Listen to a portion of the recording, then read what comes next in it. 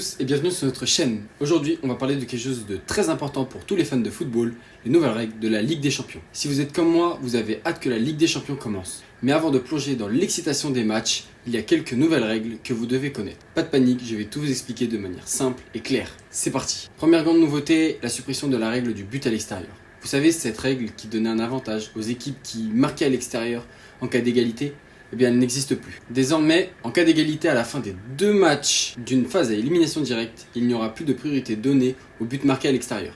Si le score cumulé est égalité, on ira directement aux prolongations et si nécessaire, au tir au but. Deuxième changement majeur, le format de la phase de groupe. Fini les 8 groupes de 4 équipes.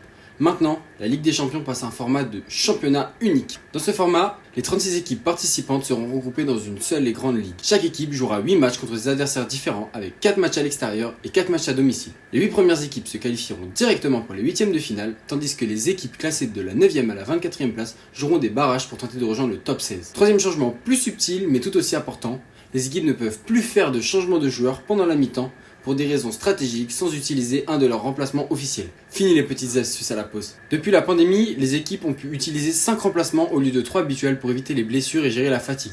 Et bien cette règle reste en place pour la Ligue des Champions. Ça permet aux entraîneurs d'avoir plus de flexibilité et de s'adapter au rythme du match. Mais attention, ces 5 remplacements doivent être effectués en 3 arrêts de jeu seulement, sans compter la mi-temps. Donc il faut toujours bien gérer ces changements. Un autre point à noter, les nouveaux critères de qualification pour la Ligue des Champions. Les équipes doivent désormais se qualifier en fonction de leur performance dans leur championnat domestique. Mais il y a aussi une place réservée aux vainqueurs de la Ligue Europa. Donc encore plus d'opportunités pour briller sur la scène européenne. Et enfin, le fair play financier reste un aspect crucial. Les clubs doivent respecter les règles financières strictes pour éviter les sanctions. Et pour l'inscription des joueurs, les équipes peuvent désormais inscrire 3 nouveaux joueurs après la phase de groupe, même s'ils ont déjà joué pour un autre club en Ligue des Champions cette saison. Voilà, vous savez tout sur les nouvelles règles de la Ligue des Champions. J'espère que ça vous a aidé à mieux comprendre les changements pour cette saison.